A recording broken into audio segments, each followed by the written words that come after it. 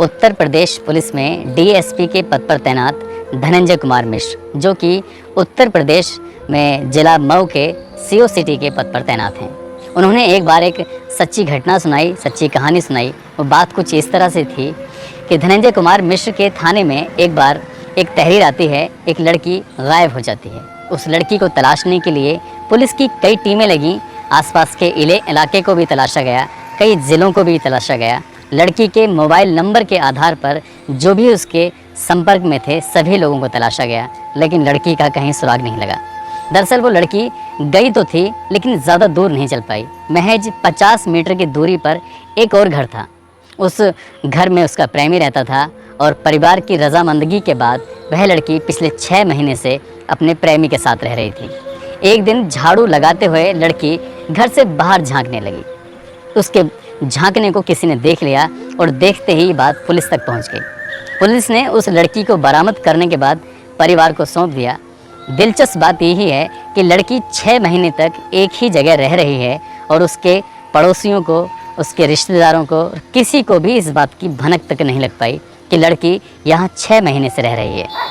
दोस्तों, आज जो मैं आपको सच्ची घटना सुनाने जा रहा हूँ, उसको सुनने के बाद आप भी हैरान रह जाएंगे, आश्चर्यचकित रह जाएंगे, क्योंकि जो भी इस घटना को पहली बार सुनता है उसको यकीन ही नहीं होता कि एक लड़की एक कमरे के अंदर 11 साल तक वो कैसे रह सकती है।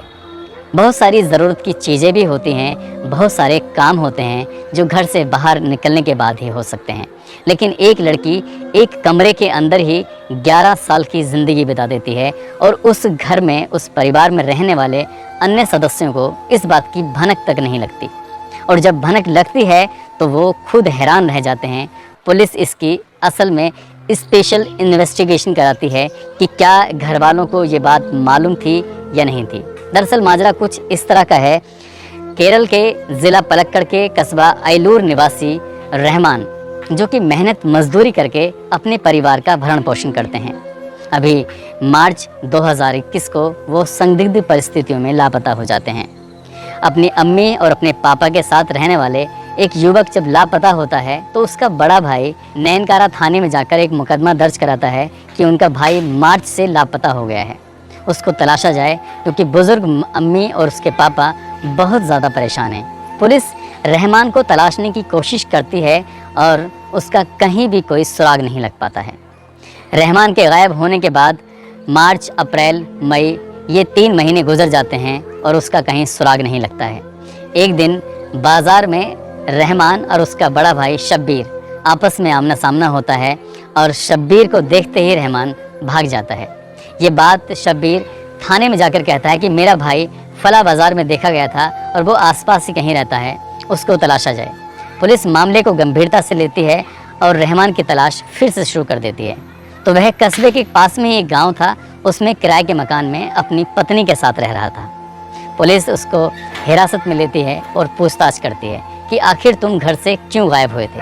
दरअसल माजरा कुछ इस तरह का है कि सन 2010 में सुजीता नाम की एक लड़की घर से लापता हो जाती है, जिसको तलाशने के लिए पुलिस कई कोशिशें करती है। परिवार, रिश्तेदार भी सुजीता को तलाशने की कोशिश करते हैं, लेकिन वो नहीं मिलती है। वो लड़की कहीं और नहीं जाती, बल्कि अपने घर से रहमान के घर में जाकर रहने लगती है। रहमान ने अपना एक कमरा बनाया हुआ है और उस कमरे में किसी को भी अंदर जाने की इजाज़त नहीं है। उस कमरे में उसकी अम्मी और उसके अब्बू भी नहीं जा सकते थे। उसी कमरे में सुजीता रहती थी और 1-2 दिन नहीं, बल्कि 11 साल लगातार सुजीता उसी के साथ रहती थी। टॉयलेट जाना होता था तो रात को खिड़की के रास्ते से तब निकलती थी, लेकिन घर का टॉयलेट उसने कभी यूज़ नहीं किया, घर का बाथरूम उसने कभी यूज़ नहीं किया। वो खाना भी खाती थी तो कमरे के अंदर ही रह के खाती थी। शुरुआत में पुलिस को रहमान की बातों पर यकीन नहीं हुआ और उन्होंने सुजीता को अपने पास बुलाया। सुजीता से पूरी बात पूछी, तब सुजीता ने बताया कि जब वह घर से भागी थी तो सन 2010 में महज 19 साल की थी। अब वो रहमान से बहुत ज़्यादा प्यार करती थी और रहमान उन दोनों 24 साल के हुआ करते थे।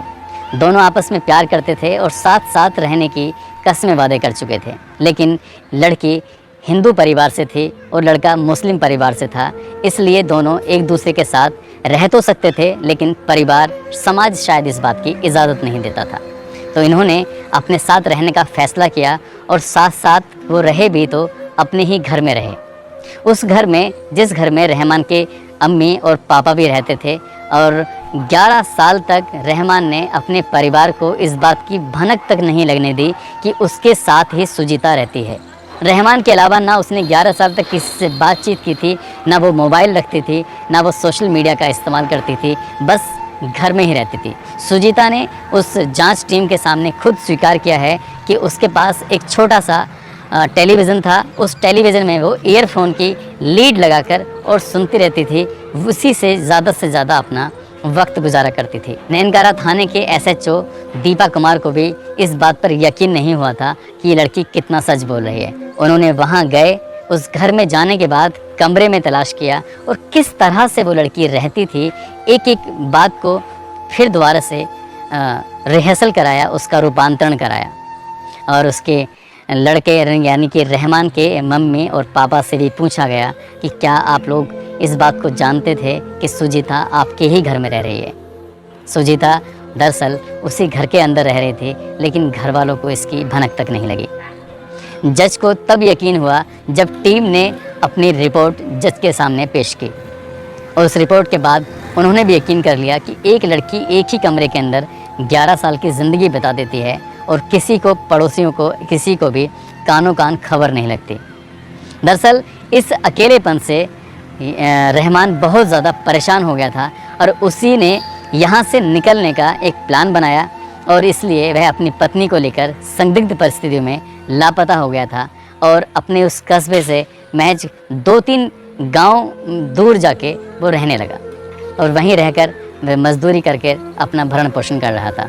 3 महीने तक उस किसी को भी नहीं पता था वो कहाँ रह रहा है, लेकिन आज पूरा हिंदुस्तान ही नहीं बल्कि आसपास के कई मुल्कों में भी रहमान के इस किस्से को पहचानते हैं, रहमान को जानते हैं कि रहमान किस तरह से एक लड़की को 11 साल एक कमरे के अंदर रखता है, और वो भी उसी की मर्ज़ी से।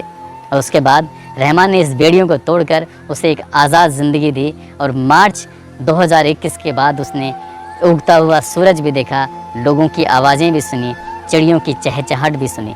लोग कहते हैं कि इश्क छुपाए नहीं छुपता है, और ये भी इश्क छुपाए नहीं छुपा। इन दोनों की, इन प्रेमियों की जो एक अनोखी कहानी है वो बहुत हैरान कर देती है।